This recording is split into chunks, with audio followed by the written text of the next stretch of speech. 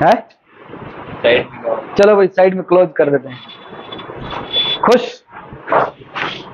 आज तक आपने इस वर्ड के अंदर क्या क्या पढ़ा? हाँ, टॉपिक के नाम बताओ सिर्फ, कि हमने ये पढ़ा वर्ड के अंदर। है? याद नहीं है? खड़े हो जाओ। क्या पढ़ा हमने वर्ड के अंदर? भाषा। ठीक है, ठीक है। आप सिर्फ टॉपिक के नाम बताओ, इसके अंदर जाने की जरूरत नहीं आपको। टॉपिकों के नाम बता दो, उसके अंदर जाएंगे तो बहुत टाइम लगेगा, क्योंकि उसके अंदर बहुत सारे ऑप्शन है। नाम बोलो सिर्फ, ऑप्शन कौन कौन से है? नहीं बता? अम्बालाल जी बताओ, कौन कौन से पढ़े हमने? अशोक बताओ। हाँ जी, फॉन्ट और पैराग्राफ। पैराग्राफ हमने पढ़ा ही नहीं पहली बार। वो हमने पढ़ा वर्ड पेड के अंदर। वर्ड पेड को और वर्ड के अंदर अंतर है, ध्यान रखना, ठीक है? आपके सामने ये खुला हुआ पड़ा, आपको देख देख के तो बोलना है, फिर भी क्यों घबरा रहे हैं? देख के तो बोलना है। क्या पढ़ा? क्लिप बोर्ड पढ़ा और फॉन्ट पढ़ा, बस कहानी खत्म। दूसरे बोलने की जरूरत ही नहीं, बैठ जाओ, ठीक है? एक तो हमने कौन सा पढ़ा टॉपिक है? Clip board. दूसरा फॉन्ट हमने पढ़ रखा, लिखा नहीं। समस्या लिखने वाली है ना, लिखेंगे तो याद करेंगे, नहीं तो याद करेंगे नहीं, ये समस्या है। आप लिखने के भरोसे मत रहना। आवाज नहीं करेगी। लिखने के भरोसे मत रहना। आप है ना, जो प्रैक्टिकल दिया जा रहा है वो प्रैक्टिकल साथ में करते रहना, नहीं तो भूल जाओगे, एक भी टॉपिक याद नहीं रहेगा। लिखने के बाद भी भूल जाते हैं। आपने मानो कि लिख दिया और आपने प्रैक्टिकल किया ही नहीं, तो लिखने का क्या अर्थ? लिखा हुआ तो पढ़ा है, बहुत सारे आपको मैं नोट्स दे दूंगा, लास्ट में आप पढ़ लेना डायरेक्ट, ऐसे याद रहेगा तो है। आपको क्या करना है, जितने भी ये टॉपिक सभी ने प्रैक्टिकल किया, कोई बाकी ऐसा है जिन्होंने प्रैक्टिकल नहीं किया? ऐसा कोई है? फॉन्ट का पूरा पूरा प्रैक्टिकल हुआ, सभी के सही हुआ, कोई दिक्कत? नो, क्लियर एकदम। ऐसा नहीं कोई वर्ड ऐसा जो समझ में नहीं आया और नहीं हो रहा था, ऐसा कोई नहीं था। सब प्रैक्टिकल क्लियर हुए, एकदम एकदम मस्त, कोई दिक्कत? ठीक है, चलो आगे हम चलेंगे पैराग्राफ के अंदर।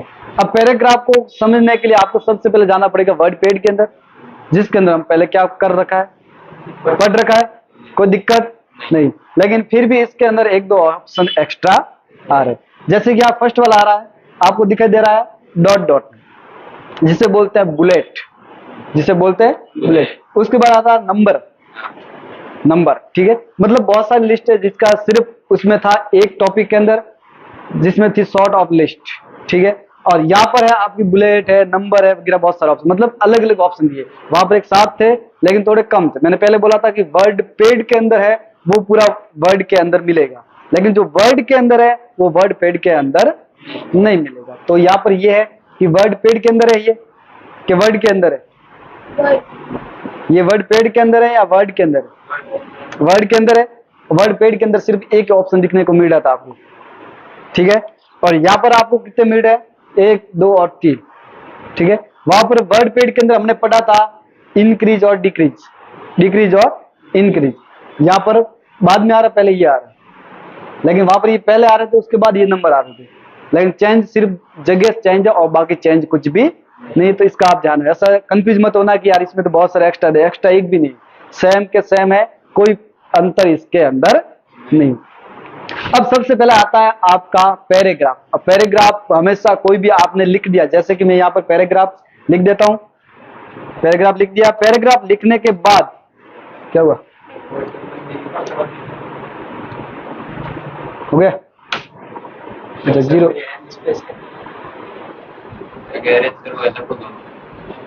वो आगे लिख दिया,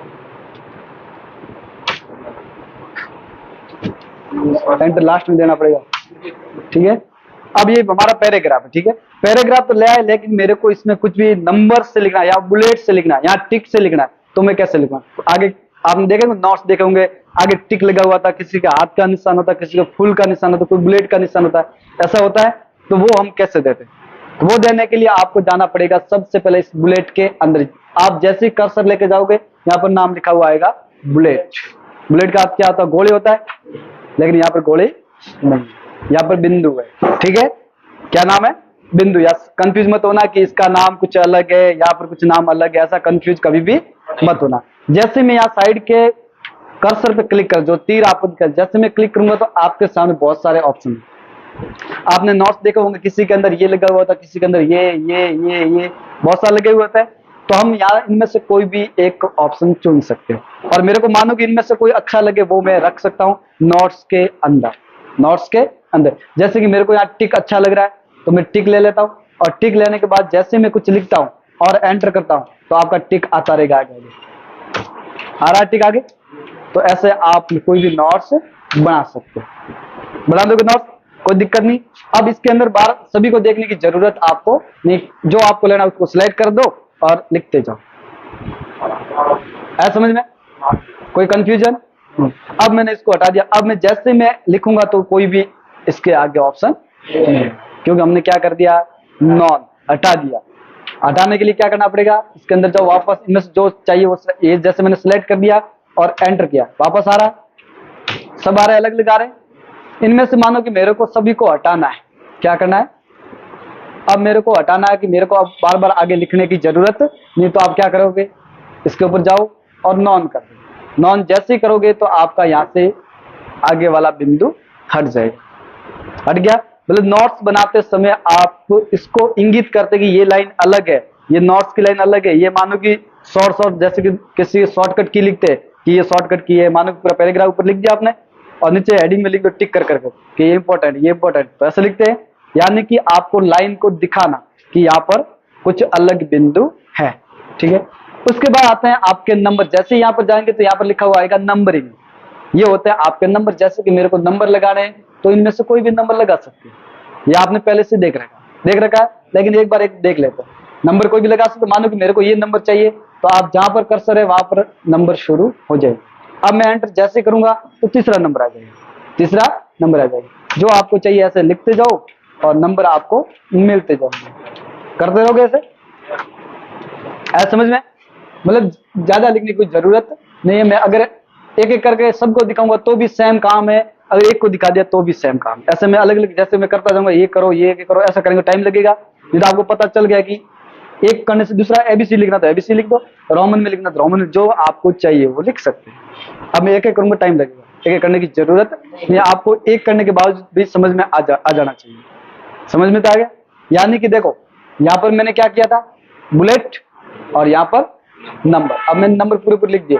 अब आपने देखे होंगे कि जैसे कि ये लिखा हुआ 10 नंबर, क्या लिखा हुआ है 10 नंबर, और 10 नंबर के आगे भी एक नंबर होते हैं, 10 नंबर के आगे भी नंबर होते हैं। जैसे कि मैंने कोई एक नंबर लिख दिया, एक के अंदर भी रोमन संख्या के द्वारा 2-3 और लिखनी, तो आपको यहाँ पर दिखेगा ये तीसरा ऑप्शन जिसका नाम है आपका multi level list. Multi level list जैसे मैं इसके ऊपर जाऊंगा तो आपको दिखाई देगा 1, 1.1, 1.112। आपने देखो होंगे जैसे किसी का भी न्यू सॉफ्टवेयर आता है या न्यू मोबाइल आता है या न्यू कुछ भी, एक के बदले दूसरा बनाते हैं। मानो एक तो पहले है तो ऐसा थोड़ी मानो कि मास शक्ति कंप्यूटर है तो मास शक्ति 1, अब मानो कि दूसरी जगह है तो मास शक्ति 2 थोड़ी लिखेंगे, 1.1 लिखेंगे या 2 लिखेंगे तो डायरेक्ट नंबर में आ जाएगा। लेकिन लिखेंगे कि तो इसकी ब्रांच है, इसी क्या है ब्रांच, तो 1.1 लिखेंगे, यानी कि फर्स्ट ब्रांच है। मेन तो 1 होगी और उसकी ब्रांच है 1.1। अब दूसरी ब्रांच खुलेगी 1.2, 1.3, ऐसे लिख देंगे। तो इसी प्रकार इसके अंदर भी ऑप्शन है, यहाँ पर दिखाई दे रहे, देखो यहाँ बुलेट भी साथ में है, नंबर भी साथ में है और यहाँ सेक्शन भी साथ में, जैसे आर्टिकल लिखते हैं, ठीक है। यहाँ पर भी हेडिंग के रूप में भी साथ में, देखो जैसे कि हेडिंग लिखी हुई, एक हेडिंग है तो उसके अंदर भी हेडिंग के अंदर हेडिंग आती रहती है। आपने देखा होगा किसी भी गणित के अंदर, आप देखा होगा जैसे कि किसी की परिमेय लिखते हैं, परिमेय के अंदर भी 1.1 होती है, 1.2 होती है, ऐसे होती रहती है आगे आगे, मतलब उसके अंदर भी परिमेय बनती रहती है। तो सेम आपको मानो को लिखना है हेडिंग के द्वारा, तो हेडिंग को सिलेक्ट करो और जैसे कोई लिखो एंटर। अब आपको नीचे दिखाई दे रहा है सब एक हेडिंग के नीचे आ रहे हैं, सब एक हेडिंग के नीचे। जितने भी आप वर्ड लिखोगे तो आपका जो पहला वर्ड होगा वो तो जाएगा हेडिंग के अंदर, उसके बाद जितने भी वर्ड लिखेंगे वो हेडिंग के सब हेडिंग हो जाएगी, क्या हो जाएगी सब हेडिंग, यानी कि उसके नीचे सब पूरा आप लिख सकते हो अलग बाई अलग।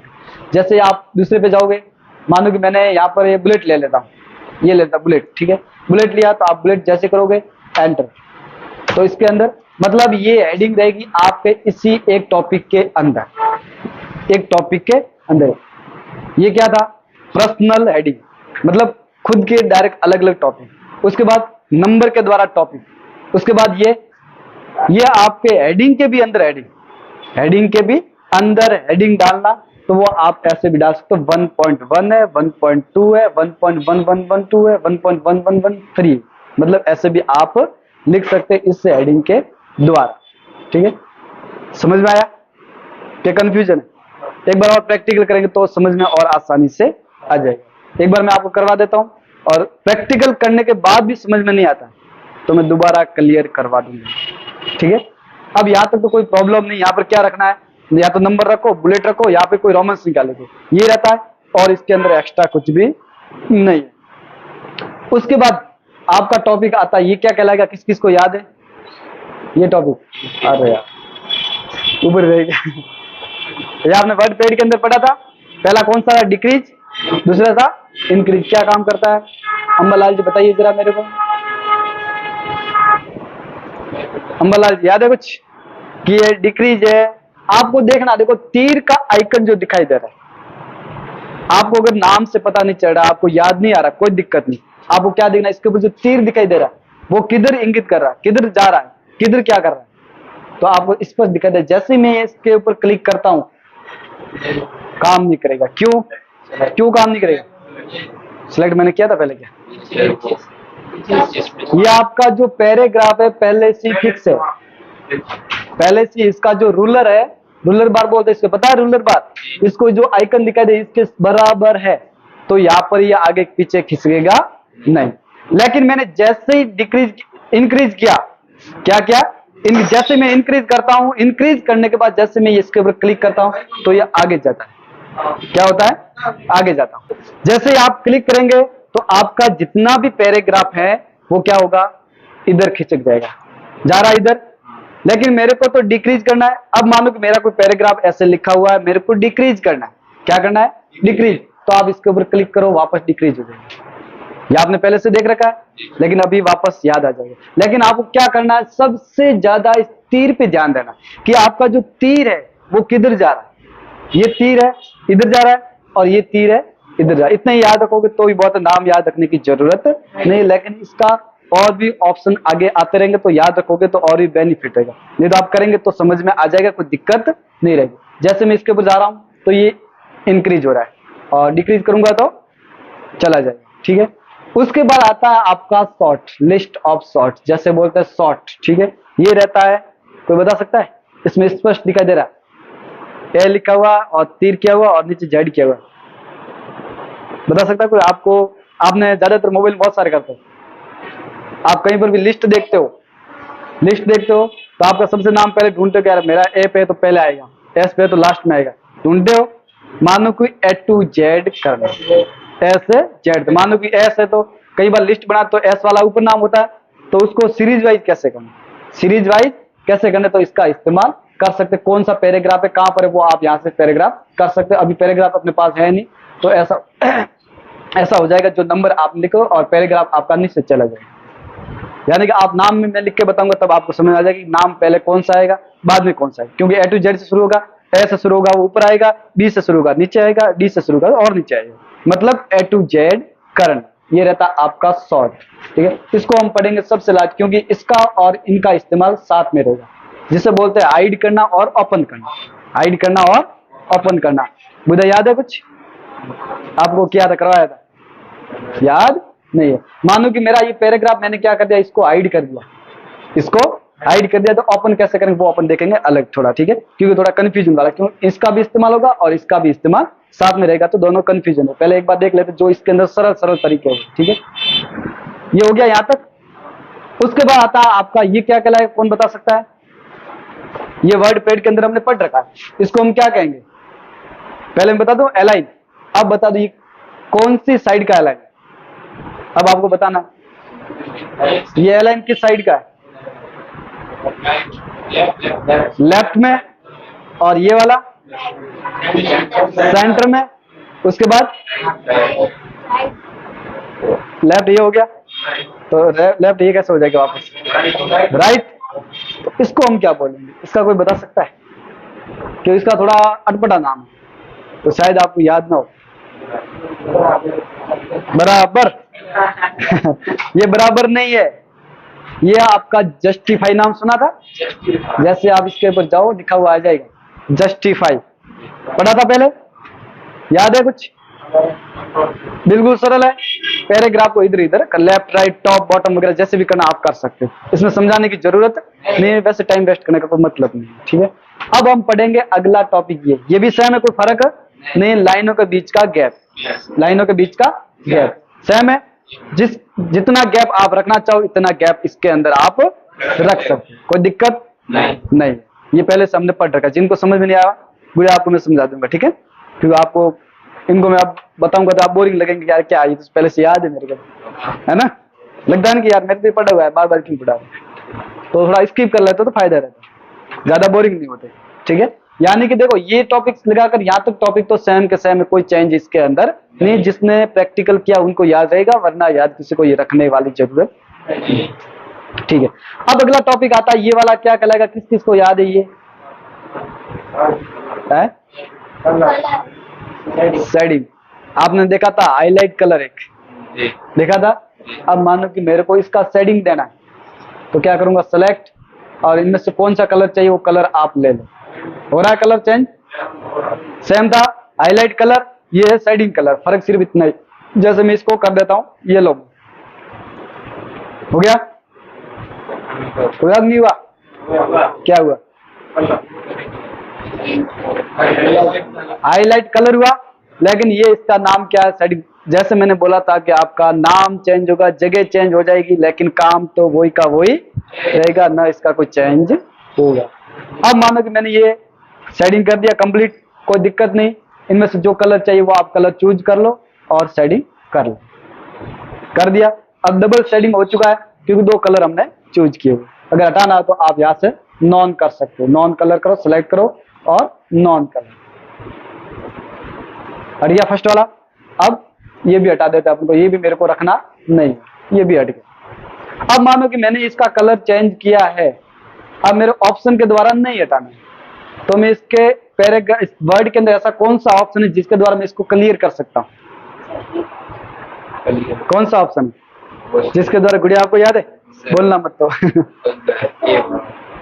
है, किस किस को याद है कि इसको मैं एक टॉपिक के द्वारा क्लियर कर सकता हूं। अब मैं नाम भी बता दिया, अब सिर्फ थोड़ा सा नाम बताना, नाम ही बता दिया, आंसर भी बता दिया, अब आपको जगह बतानी कि वो कहां पर है, जगह बतानी है कि वो कहां पर है। आपने फॉन्ट पढ़ा था, फॉन्ट के अंदर ये दिखाई दे रहा है क्लियर फॉर्मेटिंग, क्लियर फॉर्मेटिंग, जैसे मैंने क्लिक किया सब गायब,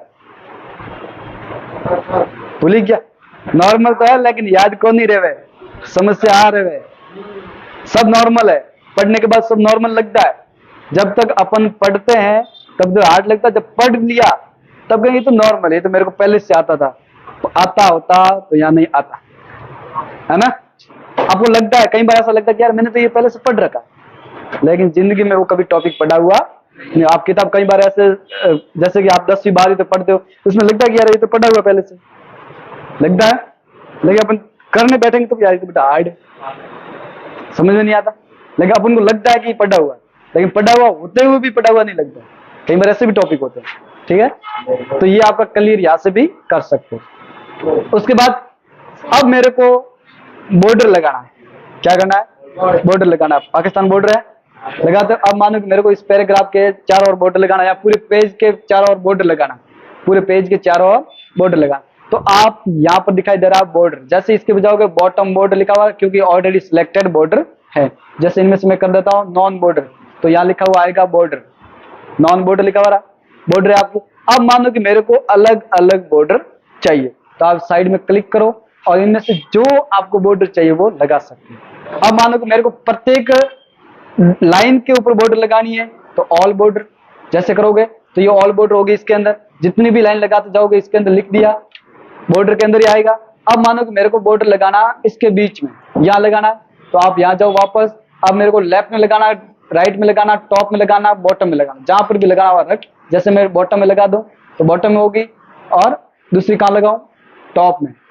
जैसे मैं टॉप किया तो टॉप में लगी, अब मानो दोनों के बीच में लगी, यानी कि जिस वर्ड के ऊपर लगाने उस वर्ड के आगे जाओ और टॉप और बॉटम में लगा सकते। ठीक है, अब इसके अंदर क्या करना है, मानो कि मेरे को आउटसाइड बॉर्डर लगाना है, तो आउटसाइड बॉर्डर पूरी हो चुकी, देखो यहाँ पे गैप था, खाली था, वो क्या हो गया, पूरा भर गया। ठीक है, पैराग्राफ कहाँ गया, इस पैराग्राफ के चारों बॉर्डर लगाना है, क्लिक करो तो पूरे पैराग्राफ के चारों और बॉर्डर आ जाएगी। जहां पर बॉर्डर लगाना वो आप लगा सकते हो, लेकिन सबसे पहले आपको क्या करना है, छोटा सा पैराग्राफ ले लेना और एक एक लाइन के चारों और बॉर्डर लगाना है। वहां से शुरुआत करना है कि एक एक लाइन से बॉर्डर शुरू करना है, उसके बाद पूरे पैराग्राफ के चारों और बॉर्डर कैसे लगाएंगे, पूरे पैराग्राफ के चारों और बॉर्डर कैसे लगाएं वो आगे पढ़ते रहेंगे, क्योंकि पहले आपको शुरुआत से करना है कि ये मानो कि मेरे को टॉपिक लिख दिया और इसके चारों और बॉर्डर कैसे लगाना, पहले तो यहाँ देखेंगे, तो मैंने इसको क्या कर दिया, सेलेक्ट, तो इसके चारों बॉर्डर आ गई।